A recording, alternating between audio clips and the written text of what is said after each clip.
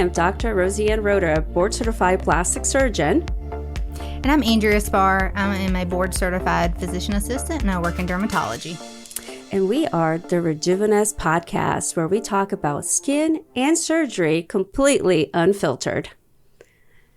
Oh my God, it's our first episode. Yes. We're so excited. We've been planning this for quite a bit. Andy and I both work in the same practice, and Andy's just amazing. I love that she's doing this with me. She's been growing within our practice for a really long time. So I want her to go ahead and tell us a little bit about herself and what brought her here. And you guys, I think, are going to find out why she's so special. Oh, thank you, Rosie. It has been a haul to get here. I literally joined this practice in 2010, working for one of the founding owner, Dr. Ness, that started the practice. And I was his surgical tech. So that means I got to work the floor. I got to work in all the OR with him. And he was just a wonderful mentor to kind of get me to where I am today. About 10 years or so into it, I felt like I wanted to do more for my patients. I've seen the back side, the front side. I wanted to be in the middle with everybody. So I decided to actually go back to school to get my bachelor's to pursue going back to PA school at some point. And I finally did it. Here I am. And I actually came back to the same practice that I plan on hopefully retiring at. But in 2023 as a PA on the dermatology side. So I've seen it all. I know. This is so amazing because one of the things that I love about people is when they find a passion and they want to better themselves. Right. And Andrea here is going to be very humble, but she actually went to Yale, guys. I mean, we have an Ivy Leaguer amongst us, which is so awesome. She is from North Carolina, right? South Carolina. Right over the line, right in Gaffney. And she's been working with us for a really long time. We're at Piedmont Plastic Surgery and Dermatology. Piedmont was my first job out of residency. I was originally born in Brazil, and I moved to the United States the first time when I was 9 years old. I moved to Pennsylvania. My dad worked for Johnson & Johnson. It was a very fun and interesting move for us. Very culturally different, but amazing. After a year and a half, we went back to Brazil. And then at 17, I moved to Florida. I came to college in North Carolina. So I graduated from UNC Charlotte after I did my medical school and residency training in general surgery in Miami and then plastic surgery in Boston. When I was looking to find a job, I wanted to come back here. I always had a love for North Carolina, love for the state, lots of friends around this area, and it was just kind of homely. Yeah, it's definitely crazy weather down here, though. I always joke with my patients to say nobody retires and moves up north, but we're one of the few states that have 5 seasons in a week. So your skin takes a toll. It does. It is very different having experienced Miami life and then going to Boston, completely different climates, fighting that middle zone. But it's April. Our first recording is in April. And it's literally the second winter, right? This week has been freezing, hence sweaters and leather, even though we really should be going into spring. Yeah, and flowers are blooming on the back end, so it's kind of crazy. Yes, I literally got a text from my boyfriend saying, take your Zyrtec before you go there so your eyes are not red from the allergies. But this is what we're going to do in this podcast. We're going to talk about skin. We're going to talk about your beauty regimens. We're going to talk about plastic surgery and how we perceive ourselves as giving you some insight into what we experienced on our end. We, I think, have both been patients on the dermatology and the plastic surgery realm. So we understand what it feels like to be that. And we're also delivering care all the time. And we want this to be very genuine. We want people to get information that is unbiased, information that is true and real. So at times it might get serious and emotional, and at times it might get a little funny. But hopefully everyone will get something out of this that will listen to this podcast and will get to know us a little bit better and why you should come see us and come to our practice because we trust us with your skin. Yeah, exactly. Because we're surrounded by a bunch of fabulous doctors, PAs, and nurses. And I think it's unique also that Andrea has come through the ranks so she can really understand the patient experience and also the provider experience. Yep. So it's unique. Best of both worlds, honestly. And, you know, we're going to sit here and we're going to hit hard on these skincare myths that people are getting off TikTok and try and, you know, steer them in the right direction. Yeah. I think dispelling a lot of misconceptions. So what I see in the plastic surgery world is that people just get Instagram famous as providers. And then they are charging ridiculous amounts of money for procedures that most of us do for 10 times less. Not that they're not valuable, let's say doctors or surgeons in their realm, and a lot of them are in the forefront of new technology, which is admirable. But we are in a different area of the country. Yeah. We are in a place where it probably would be absurd to charge $250,000 for a facial aesthetic procedure. But you can get really great plastic surgery. You can get really great aesthetic treatments without having to spend an arm and a leg and break the bank. I mean, yeah. I mean, I think there are definitely some value to a lot of those things that you see on Instagram, but we want you to know that you can have expertise locally and that you have a wealth of well-trained correct doctors, surgeons, PAs in our area that are going to give you top-notch care. Yeah, and we're always here to help. I mean, I'd give as much skin education I can to my patients. I even help them, with affordability. If it can't be done in the office, I try and give them little over-the-counter skincare hacks. It can help some. It may not help 100% because it's not prescription medicine, but, we got to do what we can do for our patients. We have that responsibility to our patients to help them any way we can. Yeah, I do think my esthetician's not super happy with me all the time because I give a scar tip sheet that says what you can buy at CVS, Walmart, or Target, but it's just a reality that sometimes we don't need all of that. And we can talk about healing and we can talk about all what the natural things are to expect. Right. We want patients to come to a dermatology office, to come to a plastic surgery office, understanding what is possible. And if you see an Instagram post and when you look at it before and after, right, those things are not made overnight. There is a process that goes into that. So we're going to talk about that process. Yeah. And then being realistic with our patients, because some of those are altered online that you're seeing. Some of those are at different angles. These people are in different clothing. You can see differences in the pictures as a provider versus a patient. You just see the change, but we see the change that they're making you see. So we just want to be able to actually, like I said, break those myths and show you what you can actually have done. There is this one guy out of Brazil, and I follow his Instagram. One of the things that I do love about him is that he will be very honest about the fact that it takes at least 3 or 4 sessions to get to this result, how much filler he's doing on the facial harmonization. It's a lot of syringes. Yeah. I was actually really surprised. And I have patients that come to me thinking they're going to get that in one sitting. And I'm very conservative in the way that I approach things and how we build up so that we don't lose your normal face and your aesthetic, and that we build slowly. So I like when I see that. And I want to talk to people honestly about the fact that those people out there that are telling you exactly what they're doing, how long it's taking you to go there, maybe showing those intermediate pictures. Right. Those are good people to follow. And I actually have been accused of altering pictures. Really? Yes. And I didn't. So I do understand that it's not an exact science. Right. In my practice, I rely on my patient care coordinators to take a lot of my before and after pictures. We have a room. It's kind of set the same way, but the camera angles sometimes change. They zoom in and zoom out. Right. It's amazing how much it takes an effort to get really consistent before and after. So yeah, the lighting might be off a little bit. So I try to say, those things. So I get it, how sometimes it might look totally altered. But it's, I think, nice to give a little bit of the knowledge of what happened in the process. Because instead of just seeing snapshots in time. And we're not just going to talk about aesthetic either, because I do a lot of reconstruction. Right. And Andy does a lot of medical dermatology treatments too. And it's just important to highlight that I think we're both better. Right. Because we're in both realms. Correct. And I crossed both realms because I've worked on the plastic side and the dermatology side. So it's nice to have somebody to actually conversate with that knows a little bit of background on everything else too. And then speaking of being conservative, I fully believe that conservative's the way to go. That's the big thing out there now. People want surgery without looking like they had surgery. And even cosmetics, fillers, Botox, they want to look natural, but they want to look younger. Yeah. You just want to look like the better version of yourself. Right.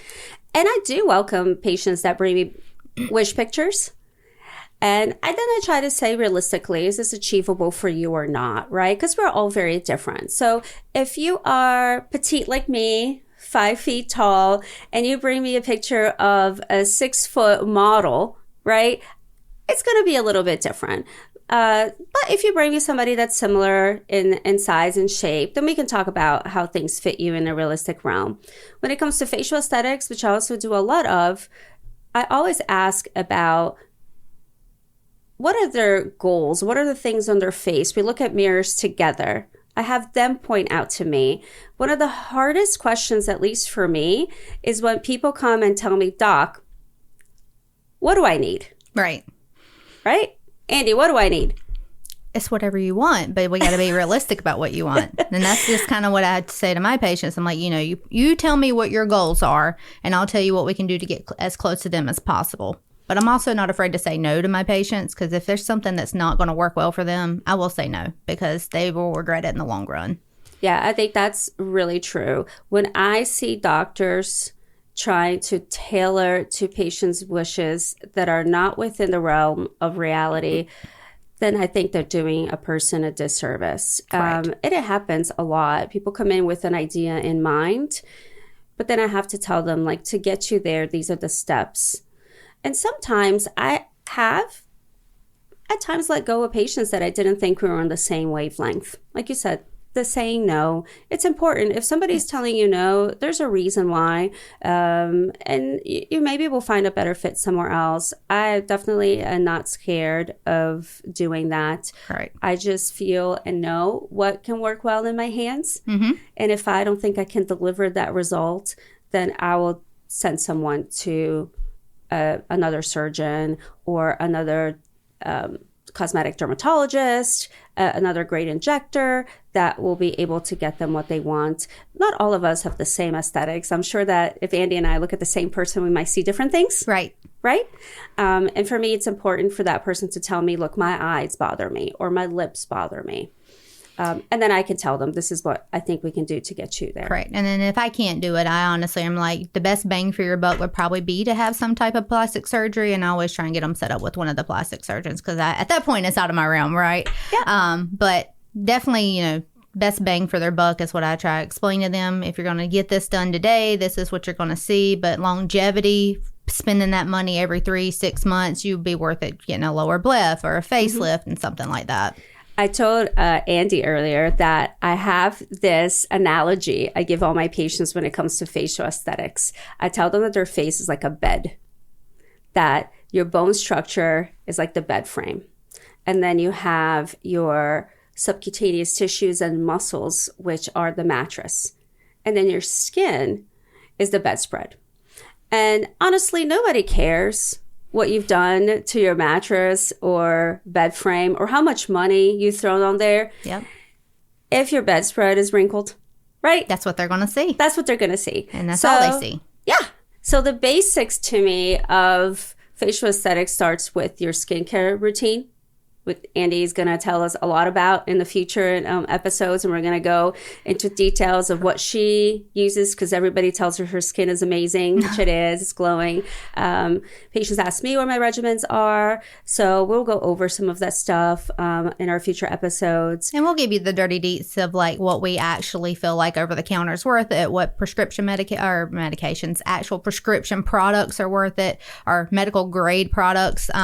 But again, like I said, our goal is just to give you the best bang for your buck that's actually going to do something for you. Yeah. And we'll go down all those bedspread, like all the bed layers, right? And tell you what can affect each one of them, because that's what you want. And that's why my consultations actually take a little bit of time.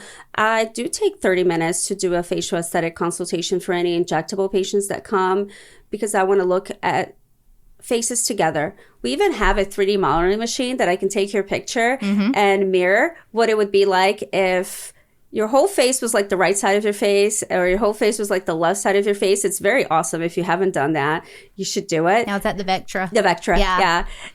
Because we're all asymmetrical. Right. And I don't think people understand that. But when you definitely look in the mirror, one side's going to be different than the other regardless. And then people try and get more asymmetry. But I think once they truly see what one side matches the other, they don't like it. Right. Asymmetries are like normal. And our eyes drift sometimes to perfect lines. It's amazing that one of the techniques in plastic surgery to correct a visible scar is to make it more jagged. Right. Right? Is to like see it or reorient it in a different way than what our eyes are going to pick up. You know, so we pick up these weird symmetries. There's a lot of research that says that the most beautiful faces have certain harmonizations to them. Right.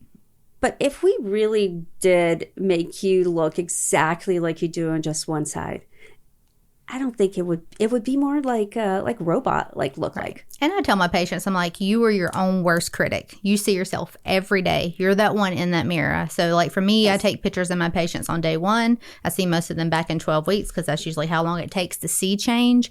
And they are blown away by the change from day 1 to day 90 because they've been looking in the mirror every day and they only see that small change. Yes. And even though I won't put necessarily all the stages of before and after in a book, for example, or put them out on the internet all the time, it's really important on the journey of a plastic surgery patient to have those landmarks. What do you look like post-operative day 1? What do you look like a month after surgery, 3 months, 6 months? Because we see ourselves every day, we don't notice those small changes. Right. And it's critical because our eyes play trick on us. And when you start a, let's say, skincare regimen, it takes at least those 6, 8 weeks for you to be able to see any kind of change. And I will guarantee you that somebody else will see those changes in you before you see it in yourself. Right. And I'm like, your mom will probably see it, your sister will probably see it, your husband will probably see it, but you, like I said, you are your own worst critic. Yes, we are all our worst critics. And as women especially, right? Correct. And now with the advent of selfies, cell phones, Zoom meetings. Filters. TikTok. I looked at a filter of myself earlier and I was like, now I know what people are talking about. Right. But it's not what I think most people are really expecting. And it's interesting because although people say they want to look natural, some people don't. And that's okay too. Like I sometimes have patients that tell me, I want to look like I bought my breasts. I'm like, okay. It's about you. Yes, it's about it is. what makes you be confident.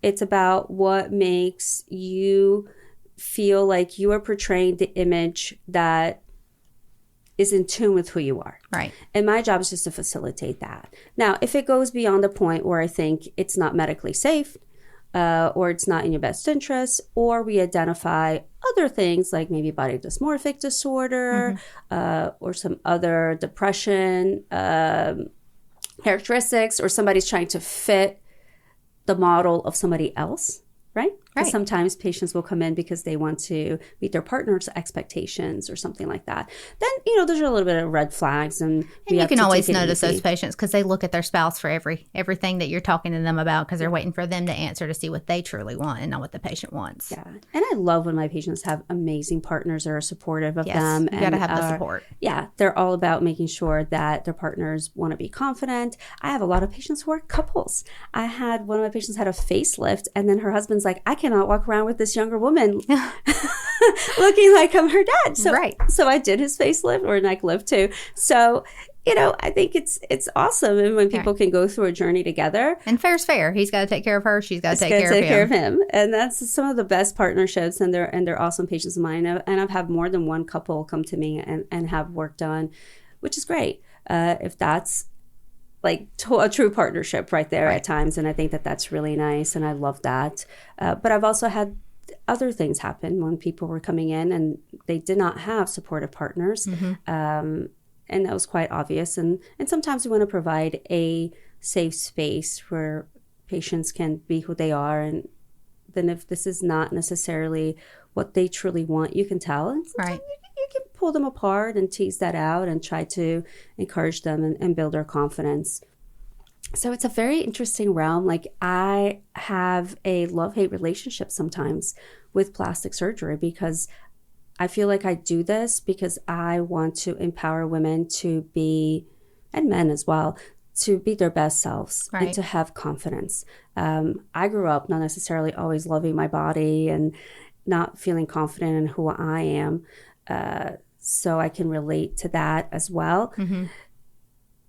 But I think it's an environment where you have to be really, truly responsible to deliver that kind of care, because this is all elective care. It is. Right. And like I said, you give them a disservice if you aren't. Right. If you're not really doing things that are safe, if you're pushing the envelope in a way that's sort of kamikaze, if you're making people look like characters of themselves, if that's not what they want.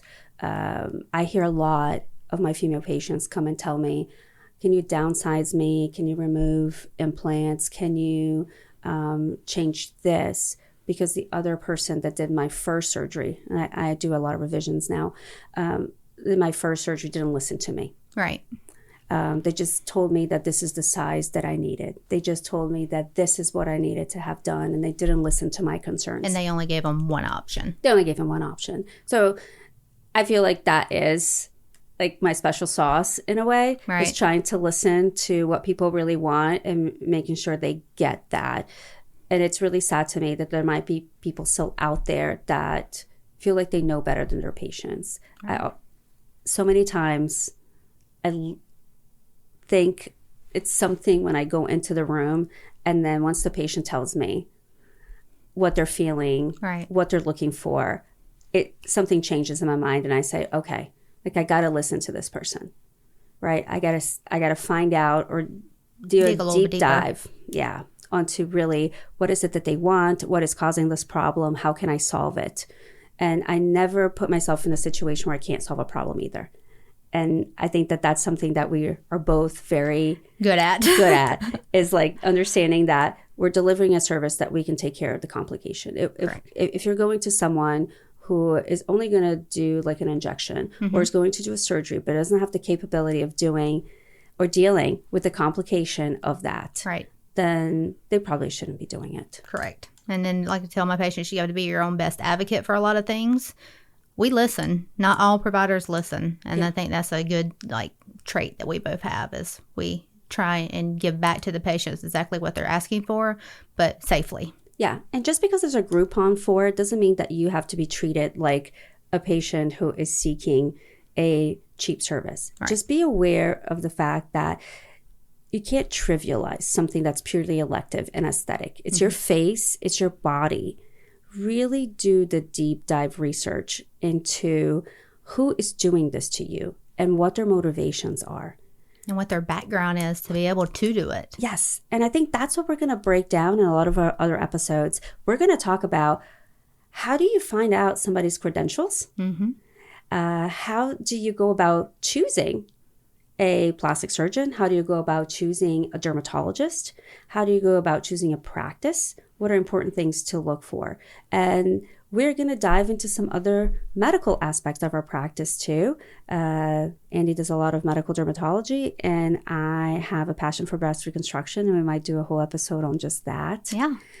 So we look forward to kind of bringing a lot of this information out to you. And we just want to thank y'all, our listeners, for joining us for our very first episode of Rejuvaness, because it took a while to get here. We're so happy to have you listening. Share it with all your friends, and we can't wait to bring you the next show. Yeah, definitely comment on things that you might want to hear us talk about in our next episodes. That's important to us because we want to serve our community. We want to serve our patients. If there's anything that's a particular interest, or if we didn't address something fully, please comment, and we'll be happy to do little clips about it, or even do a whole episode if it warrants it. All right. All right. Well, see you guys for episode number 2. All right. See you soon.